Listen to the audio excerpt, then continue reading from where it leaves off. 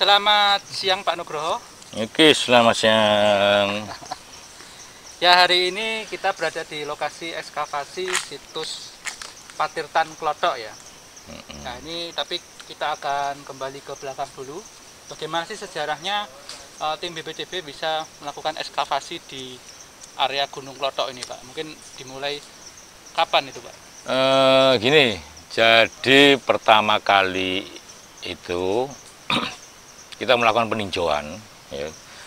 Kita melakukan peninjauan itu pada tahun 2006, kalau tidak salah 2006. itu ya, 2006 itu meninjau struktur yang sekarang adalah Candi Klothok 1. 16 tahun yang lalu. Itu, ya. Nah, setelah peninjauan itu memang ada dilakukan test pit gitu ya, artinya dilakukan test pit untuk melihat potensi.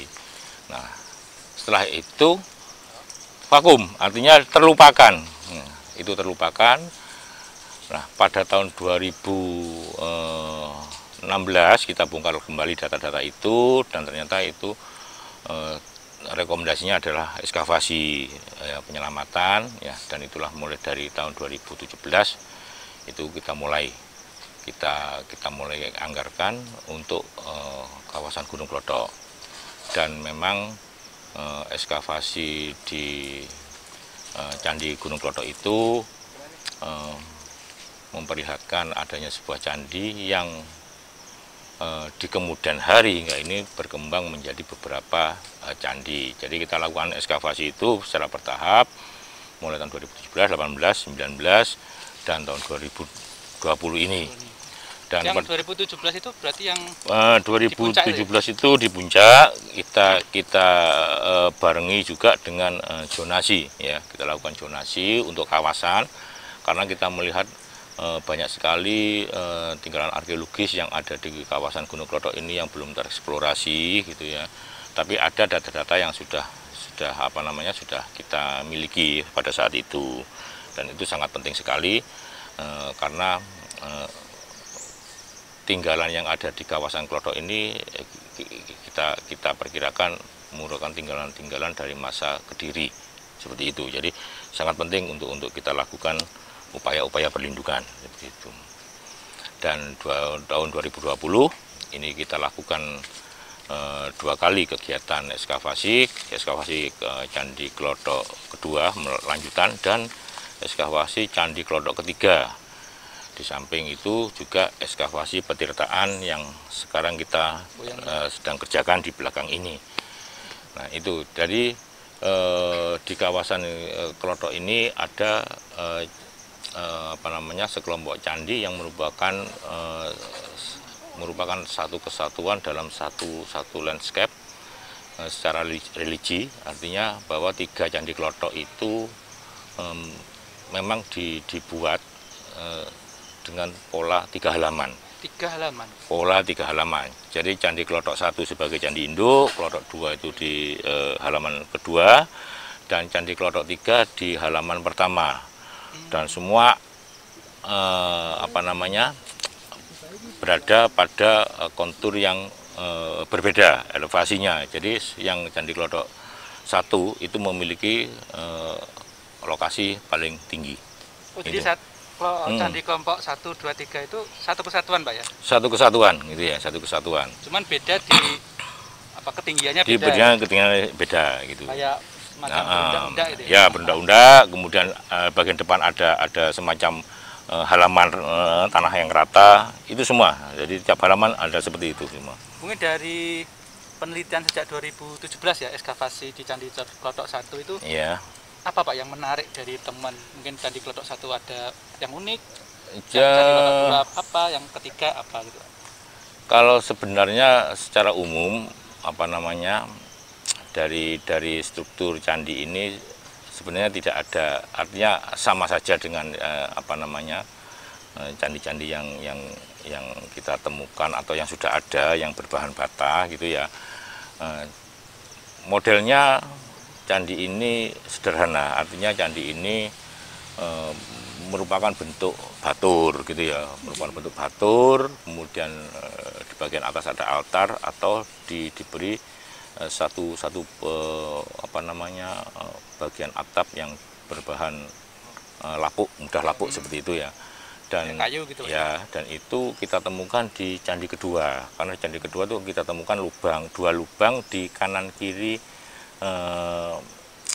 pintu masuk gitu ya. Jadi pada masa lalu itu ada sebuah gapura yang bertiang kayu gitu ya, bertiang kayu gitu. Jadi kalau yang di Candi 1 itu tidak kita temukan, tapi di Candi 1 kita temukan itu peripehnya saja, ya ada peripeh yang berisi mata uangnya Cina. Dari hasil interpretasi, dari hasil analisa tulisan yang ada di mata uang itu menunjukkan dari Song, ya, jadi dari Song Utara gitu ya.